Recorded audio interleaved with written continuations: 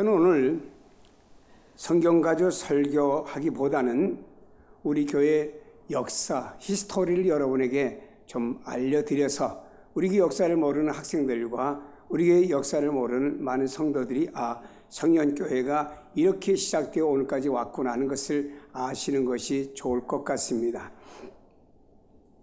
신학을 졸업하고 나면은 모두 다 전도사 혹은 목사들이 이런 비전을 갖게 됩니다. 단독 목회하든지 혹은 개척을 하고 싶다. 제가 33살에 이런 비전을 갖게 되었습니다. 하늘산 기도원이라고 하는 곳에 올라가서 40일 동안 하나님 앞에 금식을 하고 기도하면서 개척을 준비했습니다. 기도원에 올라가기 전에 저를 개척에 돕겠다고 하는 분이 4사람이 있었습니다.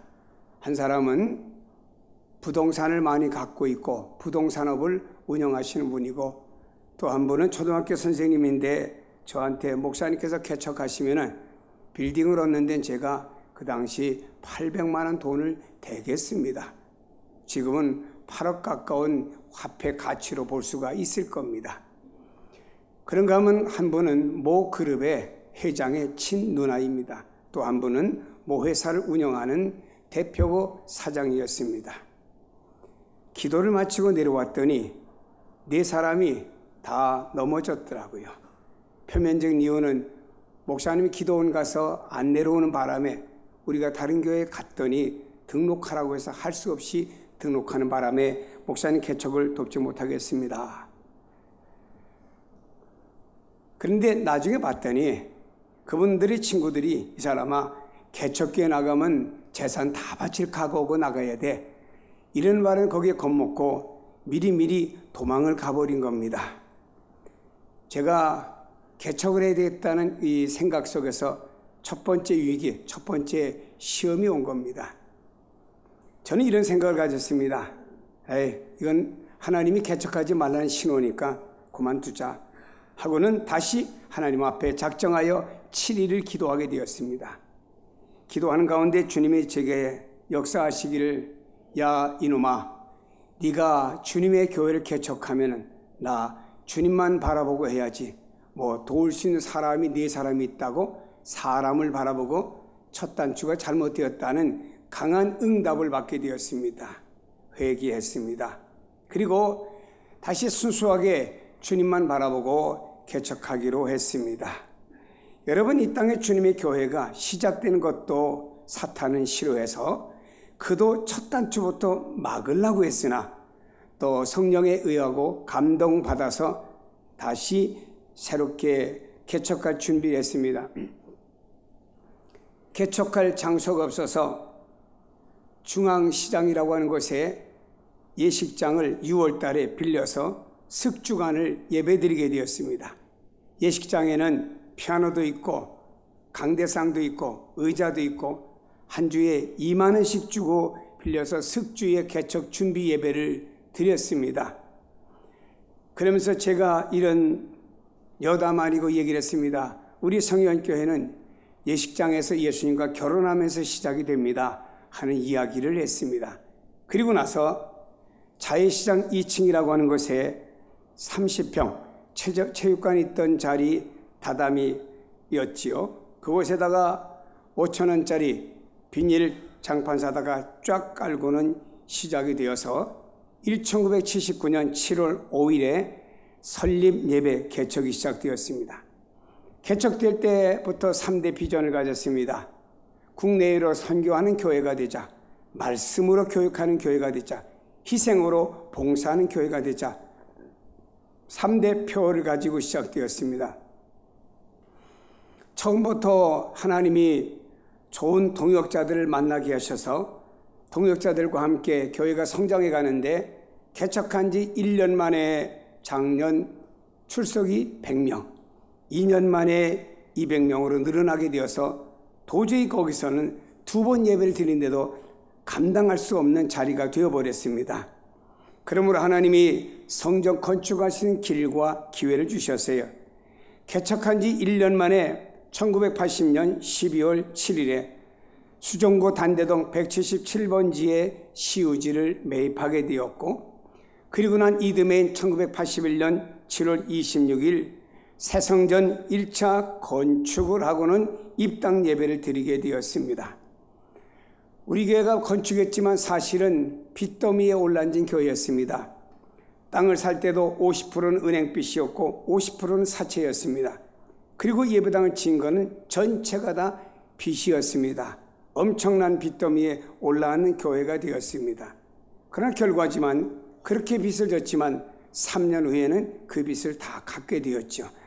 그리고 나서 하나님께서 교인들이 얼마나 주님을 사랑하는 마음을 가지고 교회를 사랑하는지, 어떤 집사님은 남편은 사우디에 가고 그 부인 집사님이 하나님 앞에 헌금하고 싶은데 돈이 없어서 낮에는 남의 집에 파출부로 가고 저녁에는 가죽을 박는 미싱을 하면서 자기가 하나님 앞에 어마어마한 많은 돈을 작정을 했습니다.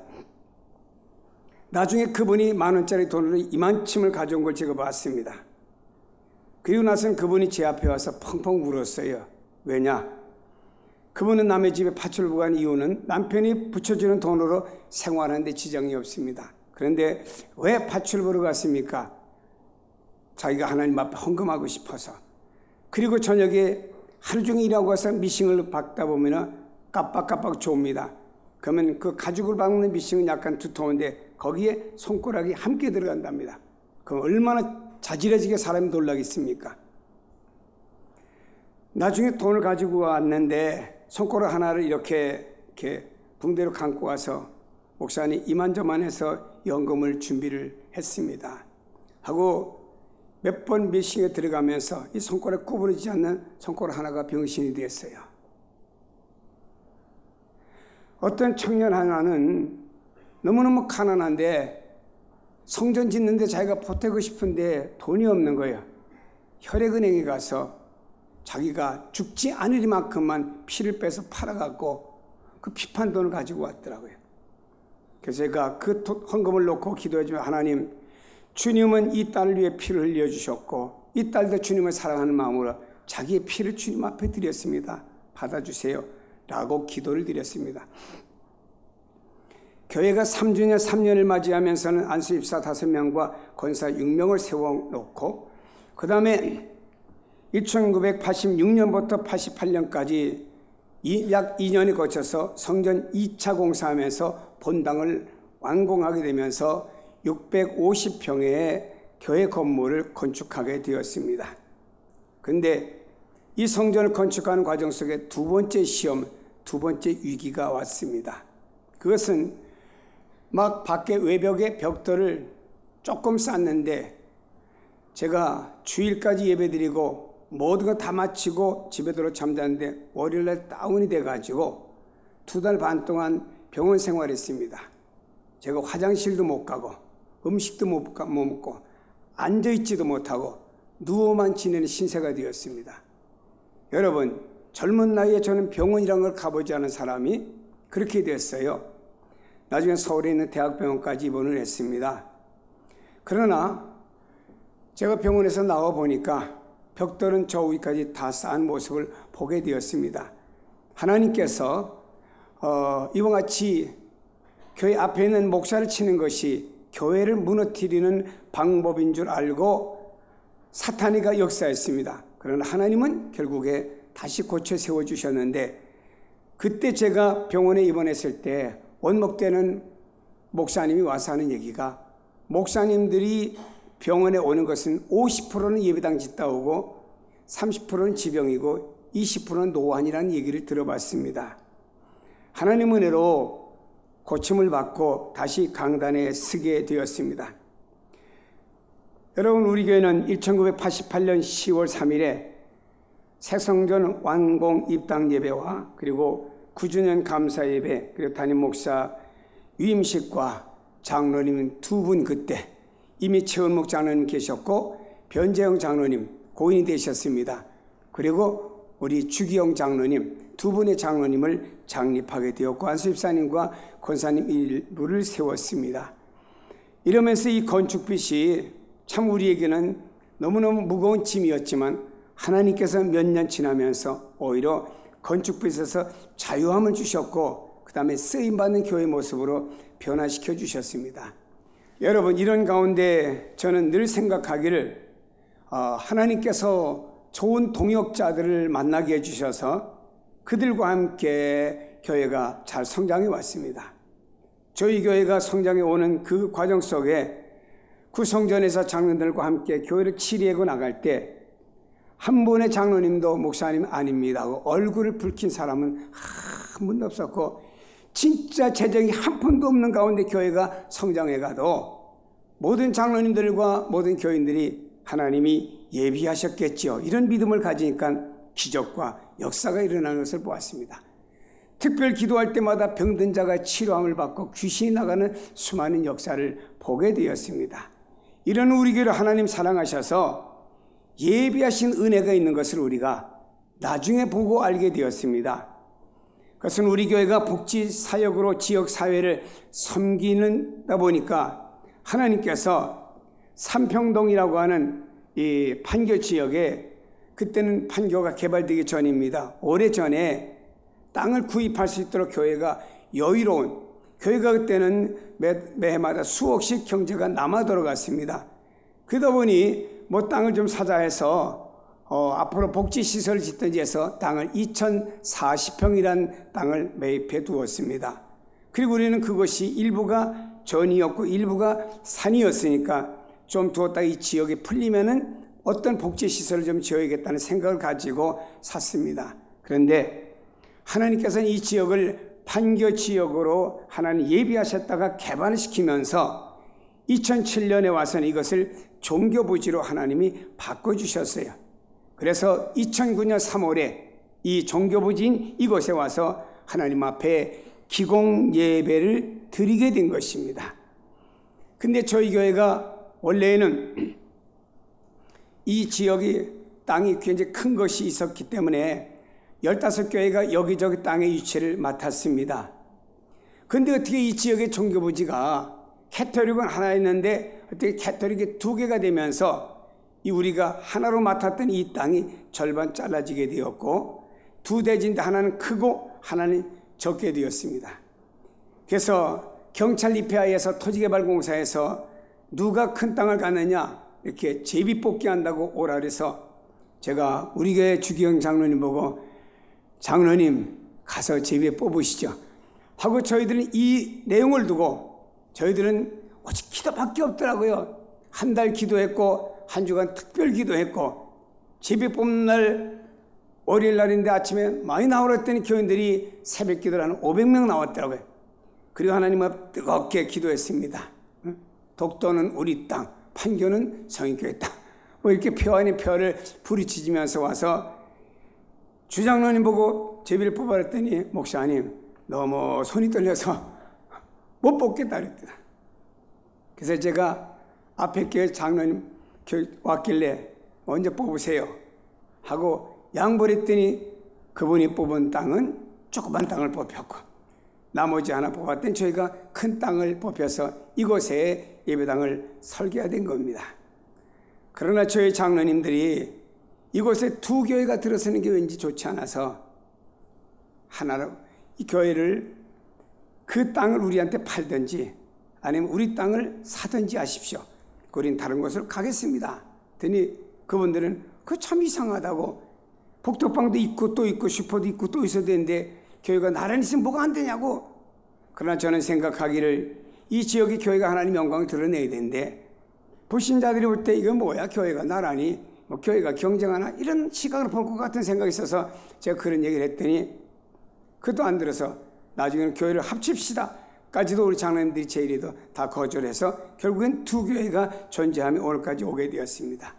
여러분, 이래가면서 우리 교회가 성장하여 오늘까지 이르게 된 교회 역사를 여러분들이 좀 아시는 게 좋을 것 같아서 간단하게 제가 말씀을 드렸고요.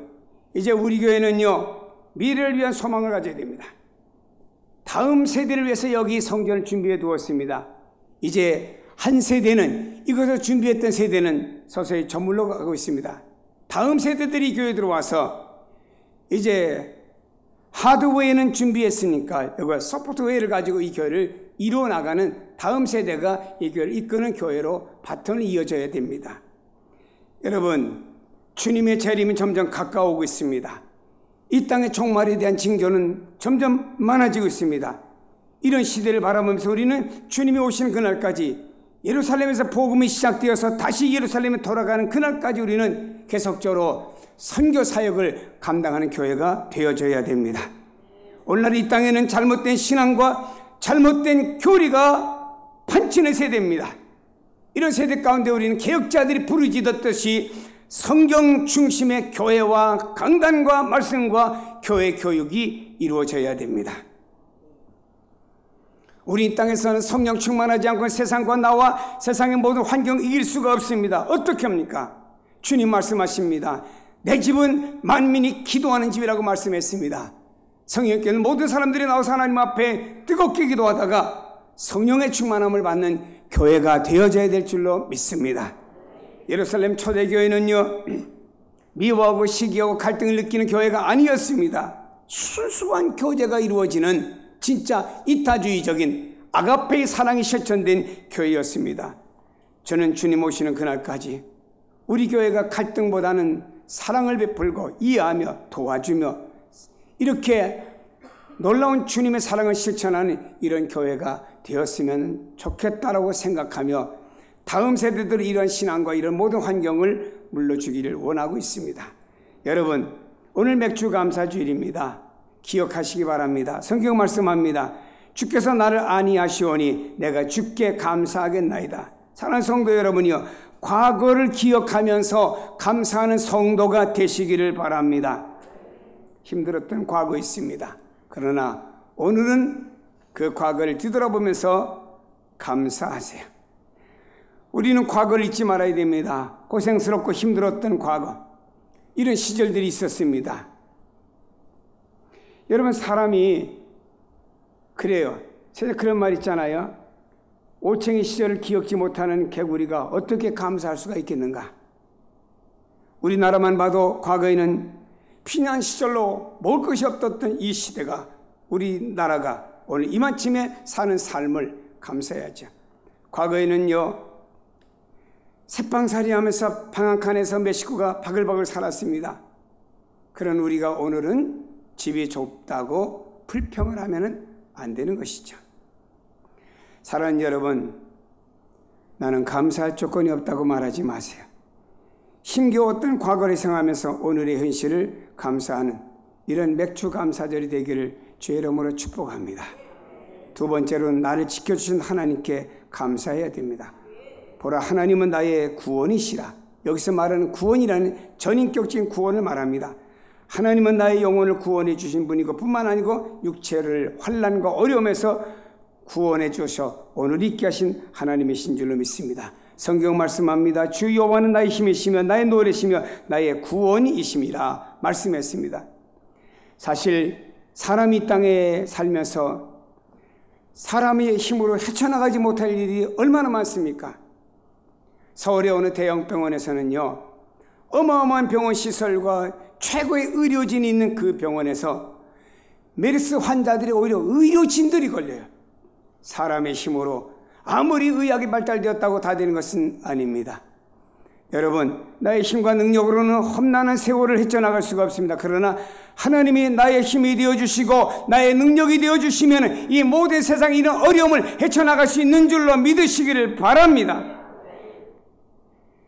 세상에 바람 잘 날이 없다고 성난 파도가 언제 우리에게 들여닥칠는지 모릅니다. 메르스라고 하는 병이 우리나라에 올 줄은 누구도 몰랐습니다. 이것 때문에 우리 국가가 지금 얼마나 손해를 보는지 압니까, 여러분? 이런 인생을 살아가는 우리는 여호와는 나의 힘이 되시며 나의 노래가 되십니다 고백하시길 바랍니다. 여러분이 성경 말씀하신 내가 신뢰하고 두려움이 없으리로다 고백하시길 바랍니다. 성난 폭우가 나에게 들여닥칠지라도 우리는 두려워하지 마시기를 바랍니다. 왜냐? 주님이 나의 힘이 되시고 주님이 나의 능력이 되시고 주님이 나의 보호자가 되시고 주님이 나를 인도하시는 주님으로 믿으시기를 바랍니다. 세 번째는요, 끝없는 하나님의 은총을 입게 될 것을 감사하시기 바랍니다. 그러므로 너희는 기쁨으로 구원의 운물들에서 물을 기르리로다 그랬습니다. 스가랴 14장에 말씀합니다. 그날의 생수가 예루살렘에서 솟아나서 절반은 동해로 절반은 서해로 흐를 것이라. 여름에도 겨울에도 그러하리로다. 여러분, 하나님의 구원과 풍성한 축복이 흘러나는데 여름에도 겨울에도 그러하리로다. 이것은 이 하나님의 영원하신 축복을 약속한 말씀인 것입니다. 은혜 입은 여러분들이요, 입술에 감사, 찬양 나오지 않을 수가 없습니다. 그러므로 우리는 하나님의 은혜의 강은 메마르지 않습니다. 세상의 건강은 메마르고 세상의 돈은 메마를는지는 몰라도 하나님의 은혜의 강은 메마르지 않습니다. 은혜의 강물은 지금도 엄청나게 우리에게 임할 것이고 범람하게 흐를 것입니다. 그 은혜를 우리가 받을 때 우리는 주님 안에서 부족함이 없는 사람들이 될 것입니다. 그러므로 우리는 하나님을 바라봐야 됩니다. 주님을 바라봐야 됩니다. 주님께 감사해야 됩니다. 그렇습니다. 예레미야 2장에 하나님은 자신이 생수의 근원이라고 말씀하셨습니다. 이런 생수의 근원에서 우물에서 물을 기르리로다 말씀했습니다. 사랑하는 여러분이요, 이런 은혜를 모든 만민들에게 주실 것입니다. 성경 말씀합니다. 그날에 너희가 또 말하기를 여호와께 감사하라. 그 이름을 부르며 그의 행하심을 만국 중에 선포하며, 우리 하나님께서 이제까지 성인께서 36년 동안에 행하신 일을 제가 여러분에게 선포하는 것입니다. 그 이름이 높다라 여호와를 찬송할 것이라. 여러분이 그 이름을 높이고 여호와께 찬양해야 됩니다. 이유는 그분이 하셨기 때문입니다. 사람이 한 것 아닙니다. 목사가 한 것이 아닙니다. 여러분이 한 것이 아닙니다. 우리는 쓰임받은 것뿐이고, 또 우리가 거룩한 일에 쓰임받은 건 하나님 앞에 감사할 뿐이고, 하나님이 하셨습니다. 성경 말씀합니다. 극히 아름다운 일을 하셨습니다. 이를 온 땅에 알게 할지어다. 시온의 주민들아 소리 높여 부르라. 이스라엘 거룩한 신 이가 너희 중에 크심이라. 여러분이 그렇습니다. 우리 하나님께서 아름다운 일을 우리 모두에게 행하셨고, 이제도 행하시고 앞으로도 행하실 것입니다. 성도 여러분, 똑같은 상황이 있습니다. 어떤 사람이 돈이 없어서 누구인가 돈을 꼬았습니다. 그 사람이 말합니다. 아유, 꼬았으니 갚아야지. 이거 언제 갚지? 에휴, 왜 내 인생은 꼬여? 이렇게 말할 수도 있습니다. 이런 경우에 저는 이렇게 고백합니다. 하나님 감사합니다. 내가 이분에게 돈을 요구했더니 이분이 저의 인격을 믿고 돈을 구워주게 하신 것, 하나님, 이런 신뢰관계에 있게 된 것을 감사합니다. 똑같은 돈을 구워도 사람이 어떤 생각을 갖느냐에 따라 다르다고 하는 것입니다. 사랑하는 여러분이요, 오늘 우리는 기억해야 됩니다. 하나님께 감사합시다. 이스라엘 백성들이 광야 사막길에서 사사건건 하나님께 불평, 원망, 불신한 것은 하나님 좋아하지 않습니다. 아무리 내가 의롭고 바르고 내 계산과 생각에 맞는다고 해도 하나님 기뻐하지 않습니다. 우리는요, 내 믿음이 여기까지 왔습니다. 생명이 여기까지 왔습니다. 건강이 여기까지 왔습니다. 우리 삶이 여기까지 왔습니다. 이 모든 내용을 가지고 우린 입만 열었다면 하나님 앞에 하나님 감사합니다, 감사합니다, 감사가 그냥 계속 나와야 돼. 감사를 안 하기로 작정을 하셨구만. 아멘 안 하는 거 보니까. 따라합시다. 하나님께 날마다 감사하자. 다시 따라. 하나님 감사합니다. 감사합니다. 감사하는 여러분의 삶으로 바꿔주시고, 부족한 것 가지고 원망하지 마시고 받은 것 가지고 감사하는 성도가 되기를 주님의 이름으로 축복합니다.